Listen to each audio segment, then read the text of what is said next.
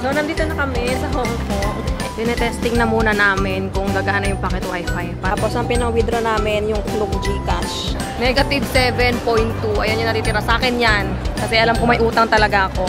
Dito tayo sa kanan, papunta dun sa mga bus. Ayan na yung shuttle ng 4 Points by Sheraton.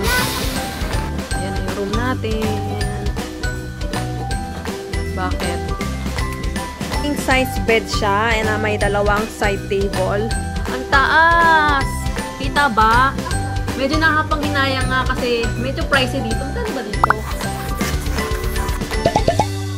Hi everyone! Nandito na naman kami sa airport and time check, 11:34 AM. Ang flight namin is 3 PM pa naman. Pero sabi kasi nila, diba, 2 to 3 hours before ng flight dapat nandito na. Tsaka first time namin na ganito kaaga. Kasi, ay hindi, first time namin na tanghali yung flight, hapon yung flight. Kasi yung first Hong Kong namin, sobrang aga ng parang 7 AM. Tapos yung mga sumunod namin na international, puro gabi na. So hindi namin alam kung ano yung dagsa ng tao kapag gantong tanghali. So para sure, hinagahan na lang din namin. Nakapag-check-in naman na kami online and wala kaming check-in baggage for the first time. Puro hand carry lang kami ngayon. Pero nung nag-online check-in kami, sabi, proceed pa rin daw doon sa airport counter, airport check-in counter. Kasi nga, doon ipiprint yung boarding pass, tsaka siguro doon ibibigay yung, diba, travel tax. So, tinan na lang natin. Pero, yun, wala nga kaming check-in baggage ngayon. Ayan, tapos si Daddy magbayad ng travel tax, 1,620 for adult and 810 sa bata. Hindi pa talaga namin natatry na online magbayad ng tax or yung isasabay sa booking ng flight. Kasi nga, sayang naman yung 50% na sa bata, diba? Kalahati din yung sayang. Pero I think pwede mo siyang i-apply na siguro i-refund kapag nakapagbayad ka na online kasi may mga airline ata na sinasama na talaga yung travel tax dun sa booking. Pero hindi ko sure kung paano ginagawa yung ganun. Check natin yung flight natin dito sa board kung open na for check-in.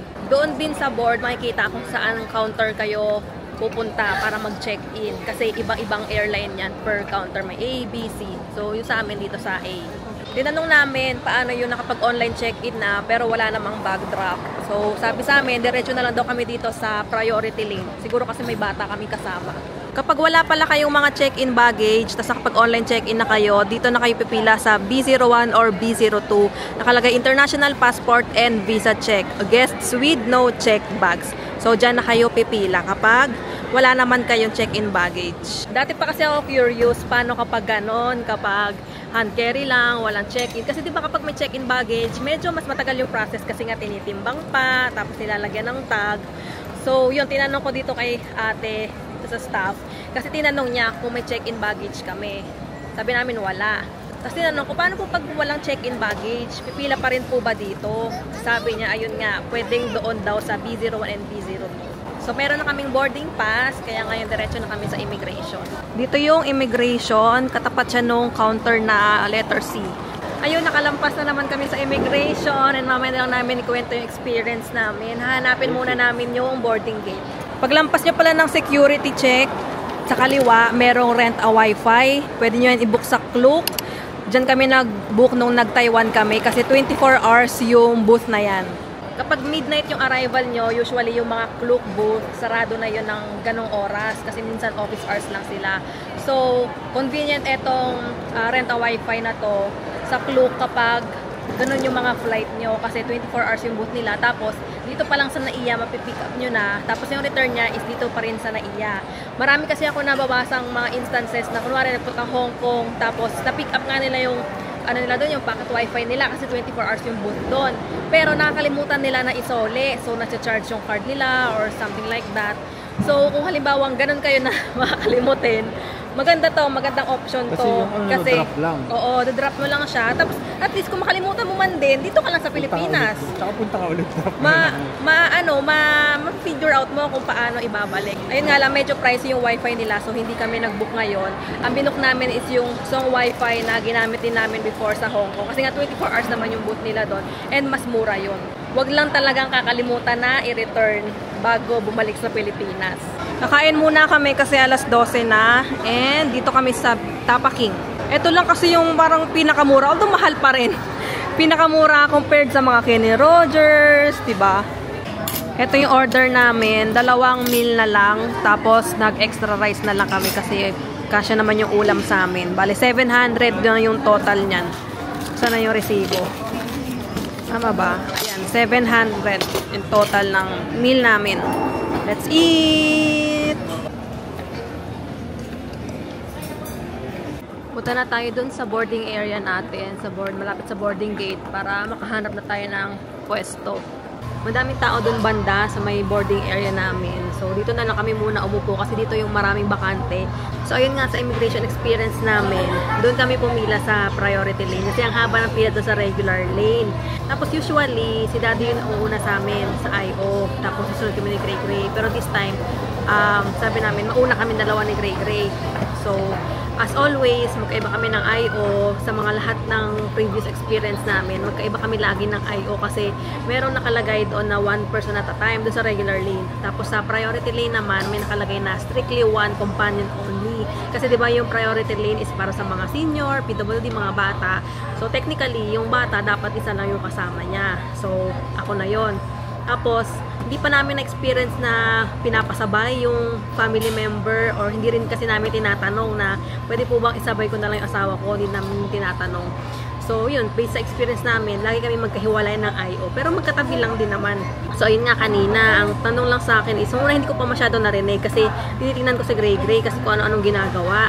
So, sabi niya, wala naman bang government employee sa inyo. So, sabi niya sa inyo, so parang nakita na siguro niya na tatlo kami magkakasama. At hindi ko narinig noong una. Tinanong ko, paano po yun? Sabi niya sa akin, government employee po ba? Sabi ko lang, hindi po. Tapos, ayun lang, tinatakan na. Tapos yung kay Gray Gray. Tapos, nakalampas na kami. Ano mga tinanong sa'yo?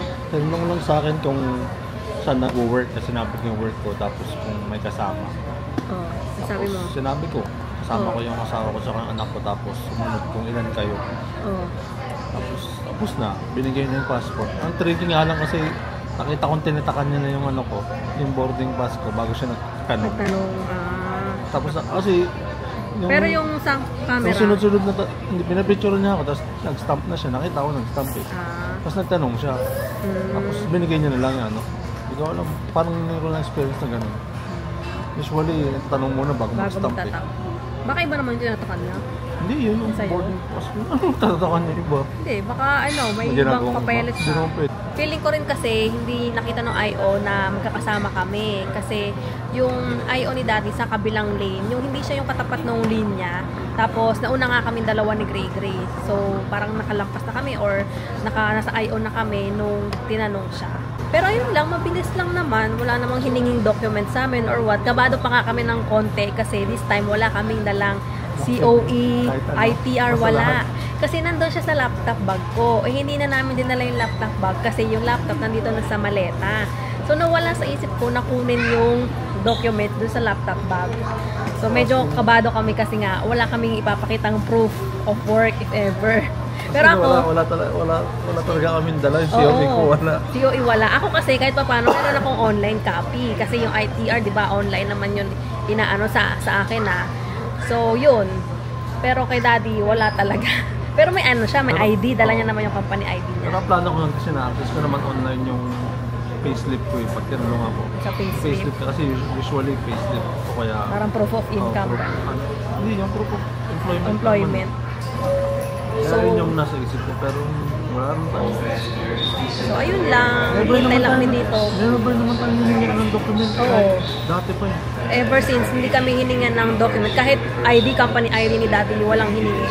Passport lang talaga, tsaka tinatanong lang din kami kung ano yung work, government employee. Yun, government employee, yun lagi talagang hindi nawawala sa tanong. Pero everything else, wala naman na. Wala masyadong tinanong, wala rin hinihingi. Passport lang talaga yung pinapakita namin. So, ayun lang. Hintay lang kami dito ng boarding. Maaga pa, alauna pa lang. Tapos 3:30 pa yung ano namin, yung flight. Pupunta na kami dun sa boarding area namin. Sa gate 104 kami. Kasi 2:45 na. Nagpapahuli na lang kami lagi. Kasi kapag dating dun, matagal ka rin naman maghihintay. Pag upo mo dun sa aeroplano, hindi ka rin naman naandar agad. Eh, si Gray Gray naiinip. At least dito nakakapaglaro-laro pa siya. Although dun sa ticket namin, may priority boarding na nakalagay kay Gray Gray kasi nga bata. Pero kasi na-experience namin dati, hindi kami pinayagan na 3 kami. Parang isa lang ang kumpanyo na pwede ng priority boarding. Eh, kaysa maghiwalay pa kami, di sama-sama na kami, nagpapahuli na lang kami. Pagpila rin naman doon, hindi rin naman naalis agad. Basta hindi ka lang magpapa-final call kasi nakakahiya naman sa mga nakasakay na tapos magpapa-final call ka pa, di ba? Let's go! Eh, ano ba ipapaano mo yung ano?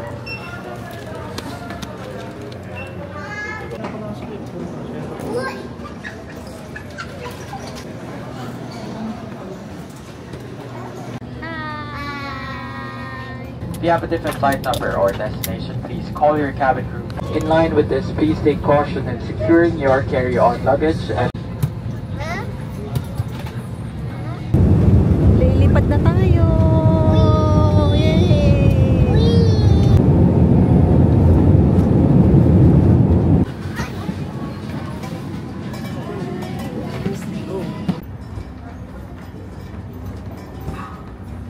So, nandito na kami sa Hong Kong and nagtataka kami parang iba yung dinadaanan namin compared sa before. Kasi dati naalala namin, pagkalabas, kumaliwa kami, tapos ang haba ng nilakad namin. Tapos ngayon, kita na agad namin yung likuan, pababa, papunta dun sa train. Kasi diba magta-train pa dito. So, parang mas malapit ata yung in-exitan namin compared dun sa dati. Ito na yung train na papunta dun sa immigration. Ayan, sa baba. 20 minutes pa yun. Etong train na to, pupunta lang to doon sa immigration. Tsaka sa mga transfer desk, ganyan. So parang pagkababa ng plane, dumadaan talaga ata dito.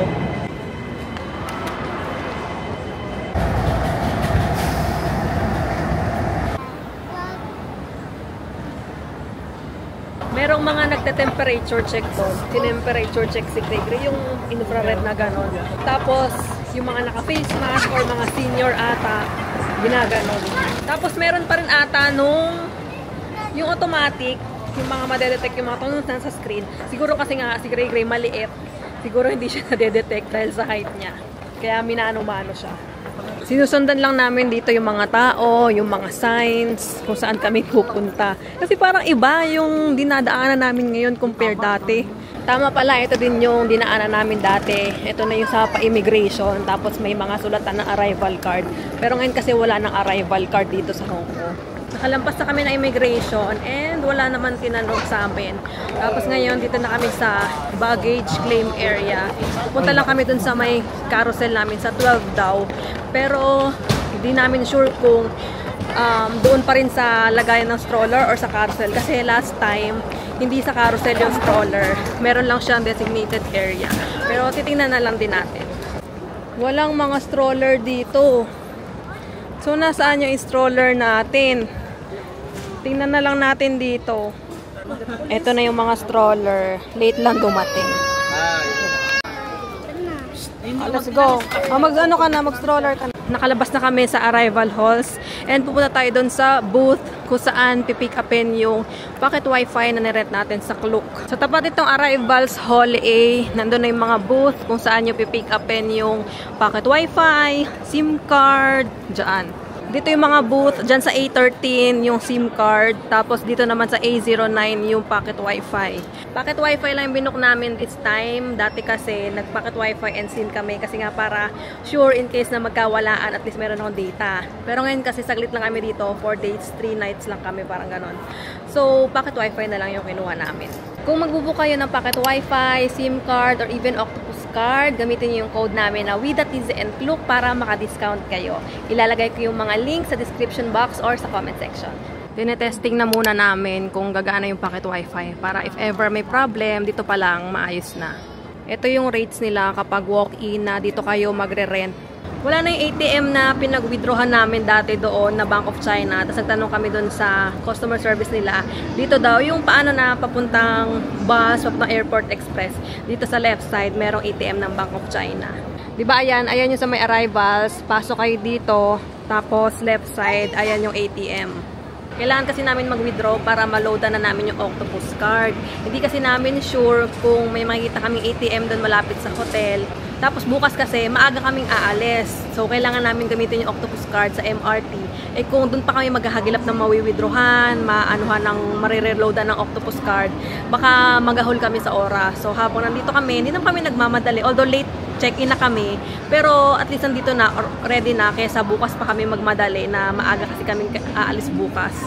So, ayun, para ready na lahat. Hindi rin kasi namin maalala kung magkano na lang yung laman ng Octopus card. Pero ako, sure ako na negative na yung balance ko doon. Kasi nga, kulang yung balance ko nung umalis kami dito dati. As in, negative. So, may utang talaga ako. Yung kay Daddy tsaka yung Gray nang hindi namin sure. Mag-withdraw na kami ng 100 HKD lang muna. Tapos, ang pinang-withdraw namin yung Klook GCash. Eto, nag-text na yung GCash. Ang nabawas sa akin is 3,684.67. Dinivide namin. So, ito yung conversion rate. 7.37, round off. Kung hindi nyo maabutan na open yung booth ng Octopus card, dito kayo pwede bumili sa mismong MTR na kiosk. Tapos yung child tsaka yung senior na Octopus card, dito nyo rin mabibili kasi wala sila sa Klook. Ito yung rates ng mga Octopus card kapag dito kayo bumili. Negative 7. Ayan. Negative 7.2. Ayan yung natitira. Sa akin yan. Kasi alam ko may utang talaga ako. Yung kay Daddy, 41.9. Ayan, malaki pa. Yung kay Gray, 65 pa. Ang laki pa nung kay Gray, 65. May nakita ko machine dito, nag-accept ata siya ng card. Pero hindi ko alam kung pwedeng mag-reload dyan or magbebenta lang. Pero kasi may tap dito sa gilid ng Octopus card eh. So baka pwedeng mag-reload. Dito sa may arrival area, may makikita kayong ganyan to city. So airport express, bus, taxi, and yung mga hotel, coach, or bus dyan din. Diretso kayo dyan. Tapos may signage ulit dito sa kaliwa, taxi, sa kanan, bus. Tapos ayun yung pinag-withdrawhan namin na ATM doon. Dito tayo sa kanan, papunta doon sa mga bus. Tapos dito rin kasi yung mga shuttle ng hotel. Pag exit nyo, dyan sa dulo, yung bus terminus. May nakalagay dyan na mga bus number, kung saang bus number kayo pupunta. Ay, kung saang lane kayo pupunta. Ayan, nakalagay dito sa poste yung mga bus route. Dito, yung 821, yan yung papuntang TST. So, dito yan sa kabila. Tapos, sa kanan din, yung mga tour and hotel coach. So, dito tayo sa kanan. Dito yung bus, kung sasakay kayo ng bus dyan, 821, ayan, pa-TST yan. Pero, yung mga hotel coach, dito kami sa kabila tatawid. Ayan, merong sign doon na tour/hotel coach dito sa kabilang side. So, tatawid kami dyan. Meron ulit sign dito, hotel coach. So, sundan lang natin yan. Diretso tayo dito. Tapos doon sa isang sign naman is kakanan. So, dito naman yun sa side na yun. Dito sa may bandang dulo, may makikita kayong mga ganyan, no? 1, 2, 3, 4. Tapos may mga bus na dyan. Andito na kami sa may hintayan ng bus. 8:15 pa yung next na schedule. Every hour yung schedule ng hotel shuttle nila. So, take note nyo yung oras and schedule nyo. Ayan na yung shuttle ng 4 Points by Sheraton.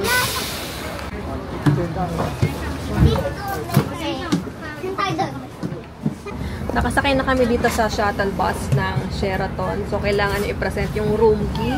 Pero kung hindi pa kayo naka-check-in, i-present nyo yung booking nyo para makasakay kayo dito.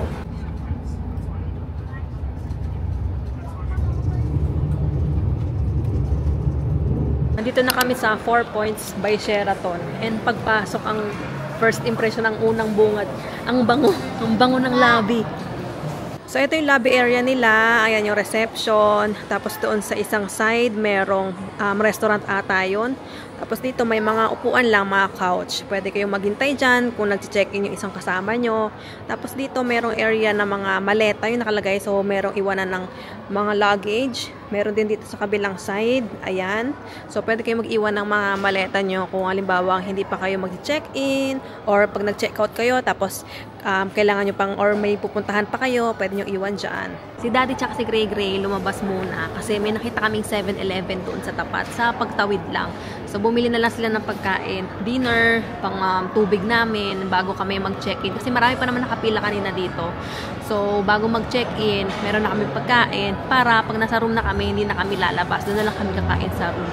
Feeling kasi namin kapag dito kami sa restaurant, mahal, tapos matagal, syempre, lulutuin pa, ganyan.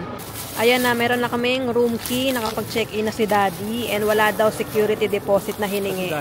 Akyat na tayo sa room natin. Ano yan? Bakit may mga bike? Pwede mag-rent ng bike? Let's go. Sa tapat ng elevator, merong water station. Dalawa yan. Water refilling station. So, magdala kayo ng tumbler para magre-refill na kayo ng tubig at hindi na kayo bibili. Ang dami nilang rooms, so. Tapos, carpeted yung sahig. And ang tahimik. Kaya quiet lang tayo.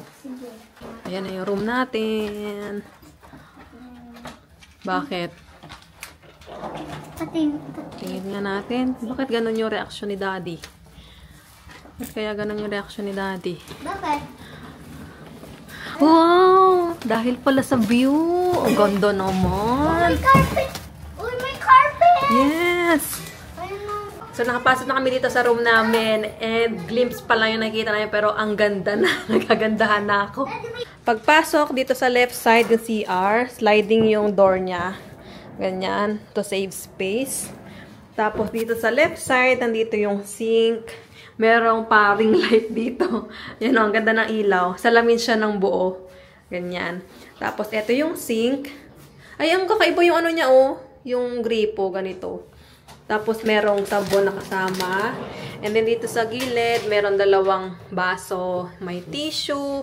Andito yung mga toiletries, toothbrush, cotton pads, cotton buds, toothpaste. Ganito yung toothpaste. Tapos, merong towel dito sa gilid. And then, merong lotion. Tapos, nandito sa baba yung towels. Sa baba ng sink. Tapos, eto naman yung toilet. May bidet ba? Ay, walang bidet. Wala silang bidet. Sa tapat yung shower area, merong pinto. Let's pull.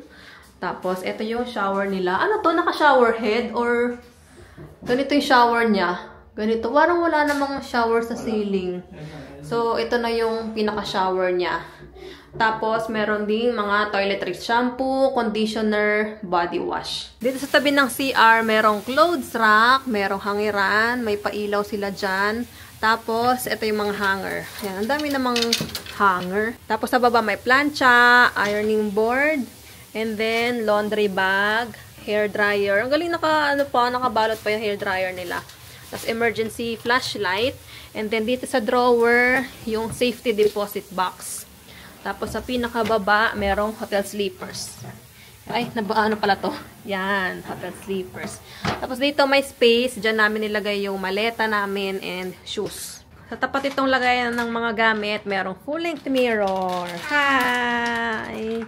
Meron din dito ang lagayan ng luggage. Ito yung patungan niya. Tapos dito, merong TV. And then, nasa baba yung remote. May mga, dito, QR code ng channels. Ano pa ba? Dining, get services. Merong nakalagay na, no smoking. Yan. Tapos dito naman, merong minibar. Merong electric kettle. Merong mga mugs. May complimentary coffee, tea, creamer. May kutsarita. Tapos, merong, tumbler. Hindi. Pwede mong, iuwi, babayaran mo. HKD, 100 HKD.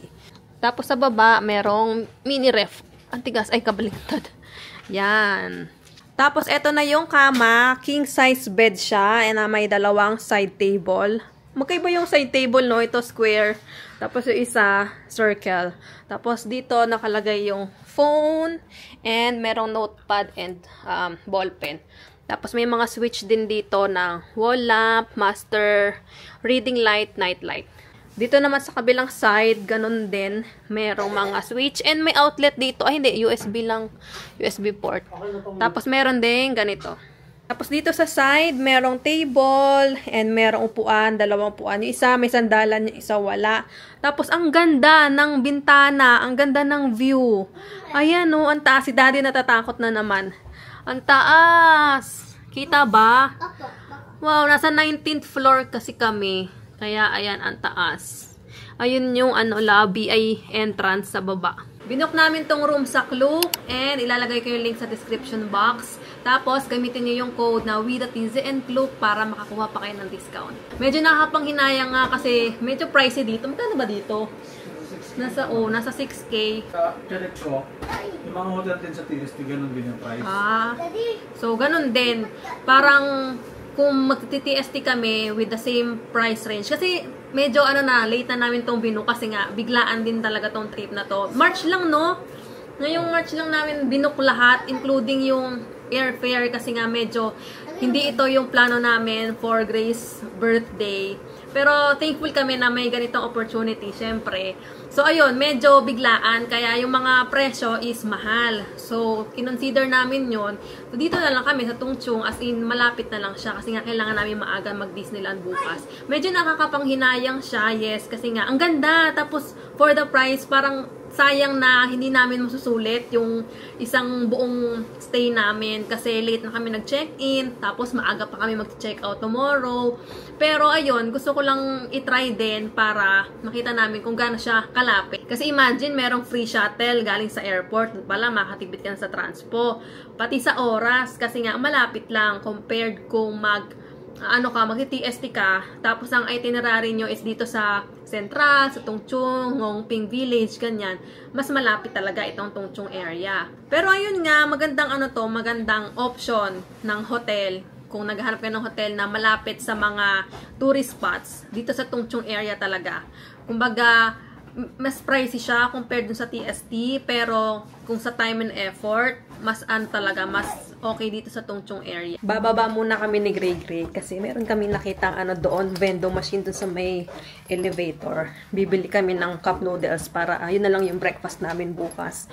Kasi kanina hindi nakabili si Daddy sa 7-Eleven. Pwede namin down kasi hindi niya sure kung may initan ng tubig. Yes, kung may initan ng tubig sa room. Ayan merong vending machine. Tapos may mga bike dito. Hindi ko alam kung for rent yan. Ito, ayan, pwedeng octopus card. Octopus card lang ata. Hindi pwedeng cash or card. So, ito yung bilhin natin. 33, tsaka yung 23. So, please choose item. Bilhin natin 23. 23. Tapos, pwede bang magdalawa na? Ano ba nakalagay? 16 ang isa. Tapos, top. Yan na, nalaglag. Kunin mo. Ayun. Kaya mo ba? Opo. Okay. Orange. Yan, orange. Isa pa.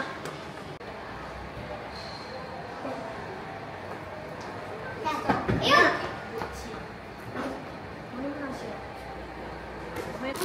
Ito yung mga binili ni Daddy sa 7-Eleven. Ano to? Parang curry. Chicken. Tapos ito, parang miswa. Miswa ba yan? Tapos Siomai. kanin. Ito magkasama. Yan. Siomai rice. Ito. Tapos bumili din sila nitong VLT na juice. Tapos ito yung binili namin kanina. Natikman na namin yung isa. Let's eat! Magkano pala itong 7-Eleven? 118. Lahat, 118. Kasama. Dalawa binili. Tatlo. Tatlong ganito. Tatlong kanin. Meron pa isa doon. So tatlong kanin. Rice Yung rice meal na para bukas natin.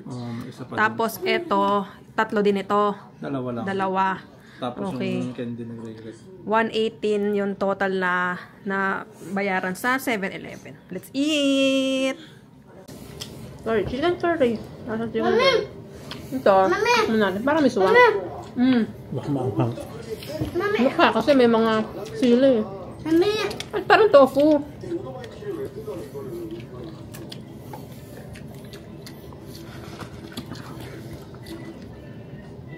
Parang hindi na makang. Ay, hindi. Nakanga. Ay, parang hindi. Ito talaga. Ito, parang tofu. Hindi siya parang siomai. Tofu nga. Akala ko sa picture siomai. Ay, hindi, parang may siomai dito sa gilid. Ito oh. Isa or dalawa? Meron. Hindi siya manghang.